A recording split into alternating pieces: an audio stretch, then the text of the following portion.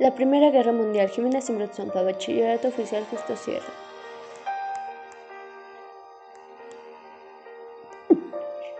Primera Guerra Mundial. Recibió el calificativo de mundial porque se vieron involucradas todas las grandes potencias industriales y militares de la época, divididas en dos alianzas. Por un lado, la Triple Alianza formada por las potencias centrales, el Imperio Alemán y Austro-Hungría. Italia, que había sido miembro de la Triple Alianza junto a Alemania y Austro-Hungría, no se unió a las potencias centrales, pues Austria, en contra de los términos pactados, fue la nación agresora que desencadenó el conflicto 8. Por otro lado, se encontraba la Triple Entente, formada por el Reino Unido, Francia y el Imperio Ruso. Ambas alianzas sufrieron cambios y fueron varias las naciones que acabarían ingresando en las filas de uno u otro bando según avanzaba la guerra. Italia, el Imperio del Japón y Estados Unidos se unieron a la Triple Entente, mientras el Imperio Otomano y el Reino de Bulgaria se unieron a las potencias centrales. Más de 70 millones de militares, de los cuales 60 millones eran europeos, se movilizaron y combatieron en la entonces guerra más grande de la historia. Los antecedentes. Toda fuerza se agota. La facultad de dirigir la historia no es propiedad perpetua europea que la heredó de Asia hace 3000 años, tal vez no la conservaría así. Imperio y colonialismo europeo. Artículos principales. Nuevo imperialismo, segunda revolución industrial, primera globalización y Belletot. En 1914, europea denominaba toda África, con la excepción de Abisinia, actual Etiopía y Liberia.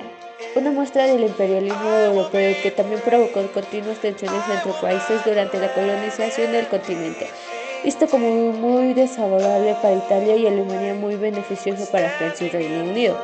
Otros países como Portugal, España o Bélgica tenían sus pocas colonias. Sistemas de alianzas. Triple Entente, Triple Alianza 1882 y relaciones internacionales de las grandes potencias 1814-1916. Sistemas de alianzas en Europa antes de la guerra. Triple Entente, Triple Alianza, países neutrales. Durante todo el siglo XIX, las principales potencias europeas hicieron un gran esfuerzo por mantener el equilibrio de poder en toda Europa, dando como resultado una compleja red de alianzas políticas y militares en todo el continente para comienzos del siglo XX. La paz armada. La construcción del colonizador británico HMS Braddock en 1906 reavivó la carrera armamentista entre las potencias tras la unificación alemana y la fundación del Imperio Alemán en 1871. Después de la victoria teutona en la guerra franco-prusiana, el poder industrial y económico alemán creció enormemente y con la carrera de armamento se puso en marcha. Desde mediados de la década de 1890, el gobierno del emperador Guillermo II empezó a dedicar continuosos y recursos económicos para la construcción de la Marina Imperial Alemana, bajo el mando del almirante Alfred von Tirpitz. La Marina alemana pretendía rivalizar con la Royal Navy británica por la supremacía naval en el mundo. Como resultado, las dos naciones empezaron a competir y a dedicar esfuerzos cada vez mayores en la construcción de buques capitales. La construcción en 1906 HMS Dragdo, un acorazado revolucionario para la época que volvió obsoletos todos los diseños anteriores, amplió la ventaja del Imperio Británico sobre su rival alemán. Conflictos y equilibrio de poderes. Un soldado bulgario, junto a su compañero caído durante la Primera Guerra Balcánica en 1902, Austro-Hungría precipitó la crisis bosnia con la anexión oficial de la provincia de Bosnia y Herzegovina, un antiguo territorio otomano ocupado desde 1878 por Austria. Esto enfureció al Reino de Serbia y a su protector, el Imperio Ruso, que seguía una política basada en el panelismo y compartía la región ortodoxa con sus aliados eslavos. Entre 1912 y 1913, la Liga de los Balcanes y el Imperio Otomano libraron la Primera Guerra de los Balcanes. cuyo resultado plasmado en el Tratado de Londres de 1913 redujo aún más las fronteras del Imperio Otomano y aumentó las ganancias territoriales de Bulgaria, Serbia, Montenegro y Grecia, al tiempo que se creaba un nuevo Estado albanés independiente. La Segunda Guerra de los Balcanes, producto del ataque bulgario de Serbia y Grecia del 16 de junio de 1913, destabilizó aún más la región y la contienda acabó con un reparto territorial principalmente favorable a los vencedores. La Gran Depresión. La Gran Depresión fue una gran crisis financiera mundial que se prolongó durante la década de 1930 y los años anteriores a la Segunda Guerra Mundial. Su duración depende de los países que se analicen, pero en la mayoría comenzó alrededor de 1929 y se extendió hasta finales de la década de los años 30 o principios de los 40. Fue la depresión más larga en el tiempo de mayor profundidad y la que afectó a mayor número de países en el siglo XX. En el siglo XXI ha sido utilizado como paradigma que hasta qué punto se puede producir un grave deterioro de la economía a escala mundial. La depresión tuvo efectos devastadores en casi todos los países ricos y pobres, donde la inseguridad y la miseria se transmitieron como una epidemia, de modo que cayeron la renta nacional, los ingresos fiscales, los beneficios empresariales y los precios. El comercio internacional descendió entre un 50% y un 66%. El desempleo en los Estados Unidos aumentó el 25% y en algunos países alcanzó el 33%. China y todo el mundo se vieron gravemente afectadas, especialmente las que dependían de la industria pesada y la industria de la construcción. Se detuvo prácticamente en muchas áreas. La agricultura y las zonas rurales sufrieron la caída de los precios de las cosechas, que alcanzó aproximadamente un 60%. Ante la caída de la demanda, las zonas dependientes de las industrias del sector primario, con pocas fuentes alternativas de empleo, fueron las más perjudicadas. Los países comenzaron a recuperarse progresivamente a mediados de la década de 1930, pero sus efectos negativos en muchas zonas duraron hasta el comienzo de la Segunda Guerra Mundial. La elección de Franklin D. Roosevelt como presidente y el establecimiento del Nobel en 1932 marcó el inicio del final de la Gran Depresión en los Estados Unidos. Sin embargo, en Alemania, la desaparición de la financiación exterior a principios de la década de 1930 y el aumento de las dificultades económicas propiciaron la aparición del nacionalsocialismo y la llegada de Adolf Hitler al poder. Consecuencias económicas de la Primera Guerra Mundial. Artículo principal. Consecuencias económicas de la Primera Guerra Mundial. La Primera Guerra Mundial tuvo consecuencias económicas profundas y duraderas al poner fin al orden económico internacional existente desde la segunda mitad del siglo XIX. Supuso un descenso demográfico directo e indirecto alrededor del 10% de la población europea y de un 3.5% de la capital existente. Desde el punto de vista financiero, el conflicto bélico conllevó un gasto público descomunal en Europa, financiado por deuda pública tanto interna como externa, que supuso la multiplicación por 6 de la deuda ya existente. También generó la creación de dinero, lo que supuso una fuerte presión inflacionista. Crecimiento de Estados Unidos. Artículo principal. Felices años 20. Tras el final de la Primera Guerra Mundial, Estados Unidos experimentó un fuerte crecimiento económico y desplazó a Gran Bretaña del liderazgo económico mundial. Durante los años previos a la Gran Depresión, se incrementó en aquel país la producción y la demanda de sus productos, con una profunda transformación productiva denominada por la innovación tecnológica, del optimismo y de la bonanza económica. También participó la bolsa, que vivió un prolongado incremento de las cotizaciones, lo que permitió la formación de una burbuja especulativa financiada por el crédito. Desde antes del verano de 1929, varios indicadores microeconómicos habían empezado a sufrir un suave descenso, sin que los economistas de la época lo detectaran y se tomaran las medidas preventivas adecuadas.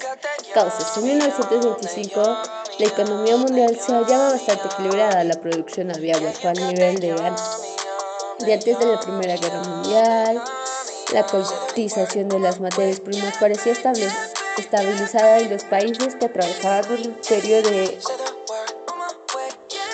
alta coyuntura eran numerosos. Sin embargo, no eran retorno a la bella época. Una serie de equilibrios tradicionales quedaban alteradas, la producción y el bienestar progresaban de manera espectacular en unas partes de Estados Unidos y Japón, mientras que en otras, en particular en el Reino Unido, perdía la prosperidad anterior a la guerra. La población vivía abrumada por el desempleo y las crisis endémicas. Al mismo tiempo, los estadounidenses complicaban de singular manera la posición de los europeos. La deuda internacional no podía pagarse sino con oro o mercancías, y los estadounidenses frenaban sus importaciones de Europa con los nuevos derechos de aduana, cada vez más elevados, al tiempo que utilizaban su superioridad para imponer sus exportaciones a Europa. La crisis se originó en los Estados Unidos a partir de la caída de la bolsa de Wall Street en 1929, conocido como antes Martes Negro, aunque 5 días antes, el 24 de octubre, se había producido el Jueves Negro, y rápidamente se extendió a casi todos los países del mundo. El 23 de octubre de 1929, las cotizaciones registraron una pérdida medida de 18 a 20 puntos y pasaron de mano en mano unos 6 millones de títulos. Al día siguiente, una nueva caída de las cotizaciones entre 20 y 30 puntos e incluso de 30 a 40 para las grandes empresas.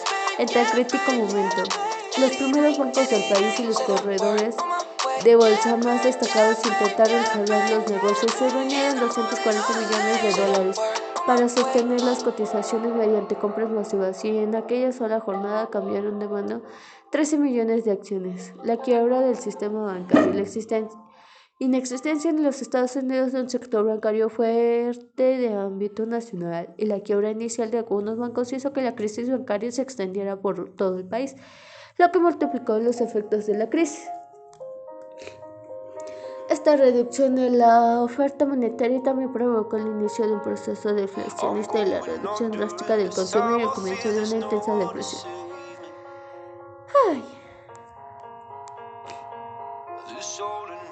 El segundo nodo se implementó en el segundo mandato de Franklin y consistió en la promulgación de una ley sobre la vivienda, la puesta en marcha de la seguridad social, la creación de organismos de planificación regional, el resultado de los sindicatos y un sistema fiscal más progresivo con impuestos más elevados a los ingresos y a la riqueza. Igualmente, las consecuencias de las nuevas imposiciones a los ricos fueron insignificantes y no hubo tal reducción de la riqueza. En 1929, las constituciones del sindicato en forma irrestricta.